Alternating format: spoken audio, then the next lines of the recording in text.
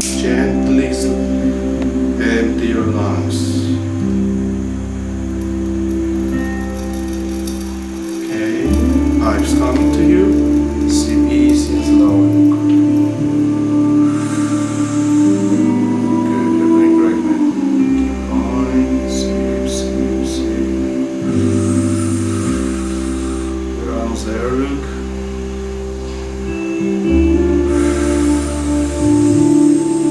Just a few more seconds, man. You can do it.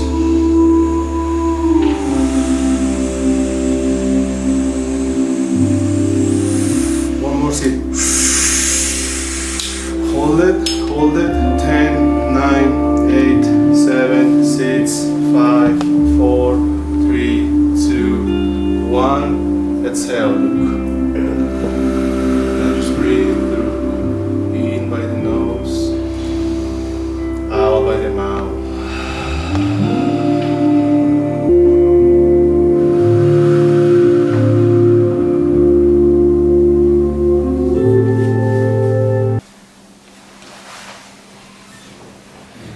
Yeah, I feel so amazing. I feel so happy. It's so amazing in every way. It's a good feeling. So amazing. Are you ready for the second one? Absolutely. Could you please just sit up? Of course. And remove the... Once the process with 5-MeO-DMT is complete, Luke will share his experience. His reflections will provide us with a profound insight into how this stage has influenced his perspective, thus closing a significant chapter in his journey. I feel amazing. Oh my God, I'm just like thinking about all the people that love me and all the people that I love so much. And oh my God. My dad killed himself when I was 18. And I've spent so long just like so angry at him. And my grandma on my dad's side also like killed herself, and it's just been this generational curse. And I have like so much like mental health on both sides, and I've just spent like so long so angry at my family for like giving me these feelings and making me this way. But how can I like not forgive them for something that I feel every day? Because like I know how they felt. So the fact that I would hold that against them is just hypocritical and like so not fair to them. And they love me so much and just couldn't figure out how to deal with their problems, which is so fair. It's hard. But I feel great. I just feel happy. Hey guys, it's Luke again. Towards the end of my stay, and it was super helpful. First 3-4 days were really not fun. I was just in so much pain for the first 3-4 days. And then the Ibogaine was a super positive experience and also helped with my physical withdrawals as well. And yeah, and then after the Ibogaine, I kind of just coasted for a while and like just tried to get some sleep and pass some time. And then I took the 5-MeO-DMT on Sunday, I forget, a few days ago. And the days just bleed together, it's crazy. And that was also super positive and helpful, and I would recommend it to any human being. And now I have to get my teeth out. I had like a root canal yesterday, and I get my wisdom teeth out tomorrow, and then I get my molar removed and a crown the day after, so that's been bumming me out for sure. But what are you gonna do? Just bad timing. But other than that, it's been amazing. Now I'm just kind of coasting, waiting for what's next.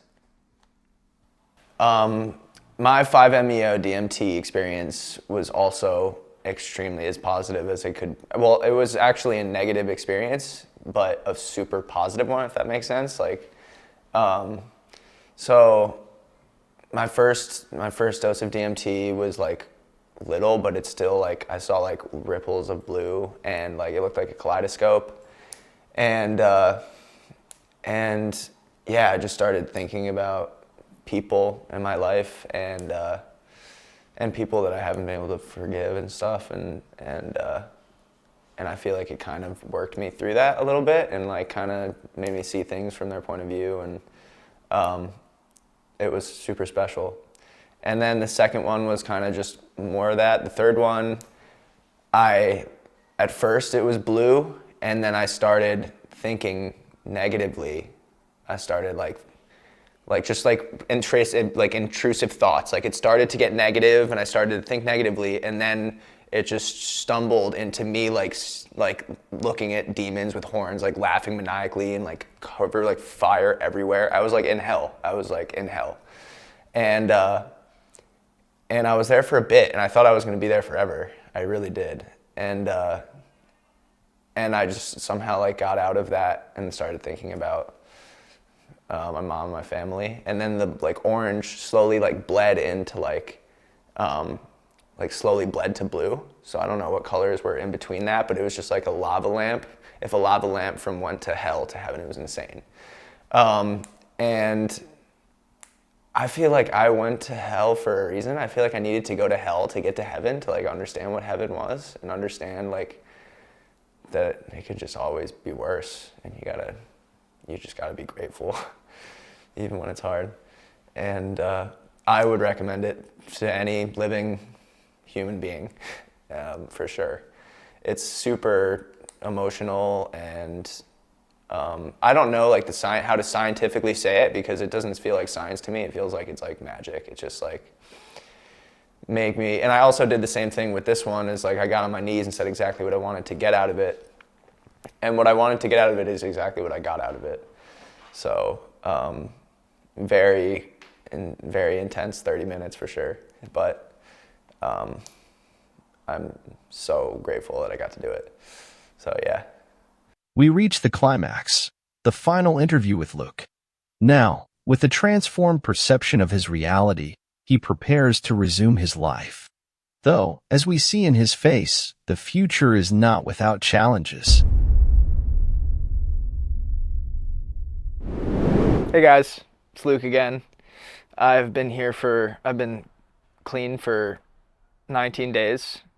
Been here, or 18 days, been here. This is my 19th day. And I leave tomorrow, and I am anxious to leave, to be honest, because now it's up to me. Like here, it's, you know what I mean? It's easier to be sober than at home. So I'm a little anxious about it, but I'm also feeling confident and super positive about it.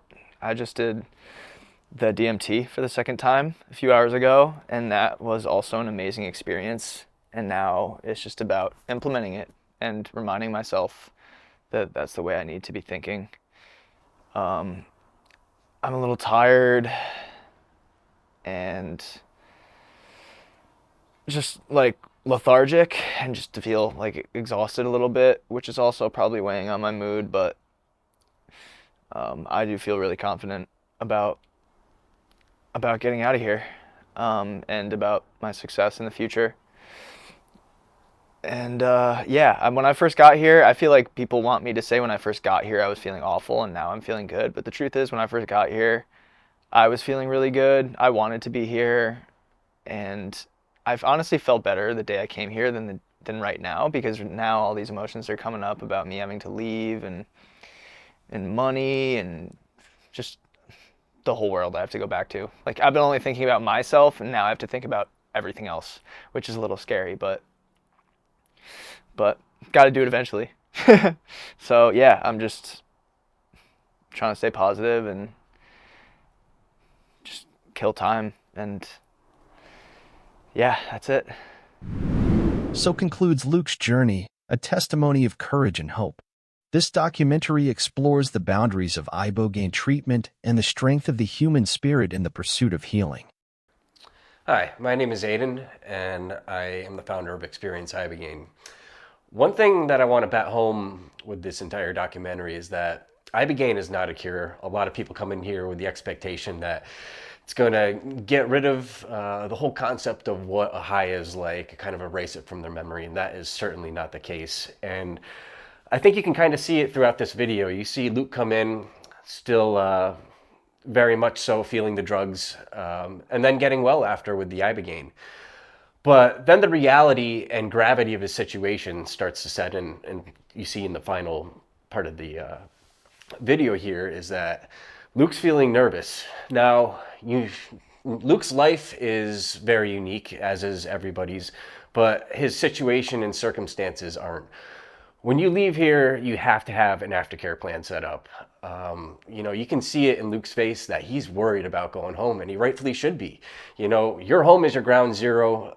That's where your addiction was created. That's where your addiction was allowed to thrive and fester, and that's where all your triggers are waiting, and they are still very much there when you get back. So you can see that he's getting nervous about going home. Sure, he went to the Cape for a while, but eventually he's going to return back to that place. Now, you don't necessarily have to, but it is recommended that you get out of there for a while till you can ground yourself and figure out what you want to do with your life. And it doesn't necessarily have to be home. I had to leave my entire family and all my friends back home and start over. But you know what? That's what it took. And I was willing to make that sacrifice. And, you know, a lot of people, for one reason or another, aren't willing to make that sacrifice, as if they couldn't make new friends, or you know, a multitude of reasons and excuses to not follow through with an aftercare plan. So I just want to, you know, really pound it home. This is a detox. This is not a cure. What you do after this is, you know, the make or break of all the effort that you put into this. This gets you off the drugs in the easiest way possible, but staying off of them is the second part of the battle, and it's, you know, it's not recommended you go directly home. And you know, we try to stress that to everybody, but some people come down with so much confidence that you know, they got this, and oh, they've been through it before and they're going to do things differently this time. But the reality is, your chances of success when you go home are greatly diminished if you just go back and try to resume life as if your addiction never happened. For a lot of people, Ibogaine is a last resort, kind of, you know, might as well try and see if it works as you're, you know, waving your white flag. But for many, probably most people, it should have been a first resort. If people did Ibogaine, you know, 10 years before they came to see us, chances are their life would have gone in a completely different direction, and they wouldn't have gone through a lot of the trauma and troubles that, you know, preceded that. So one thing I want you to do is do as much research as possible. I know there's a lot of misinformation on the internet. There's all sorts of claims that Ibogaine does this and that, or that it's a cure. And, you know, a lot of people will mislead you or use fear to get you to go to their facility.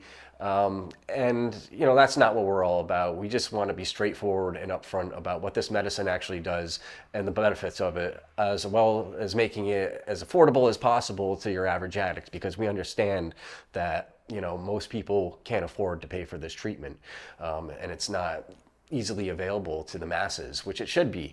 So one of our main goals is to do just that. So please give us a call. We'd be happy to talk to you. Michael, our intake coordinator, will explain everything to you. You fill out the application, have our head doctor review it, and we'll get right back to you. Thanks.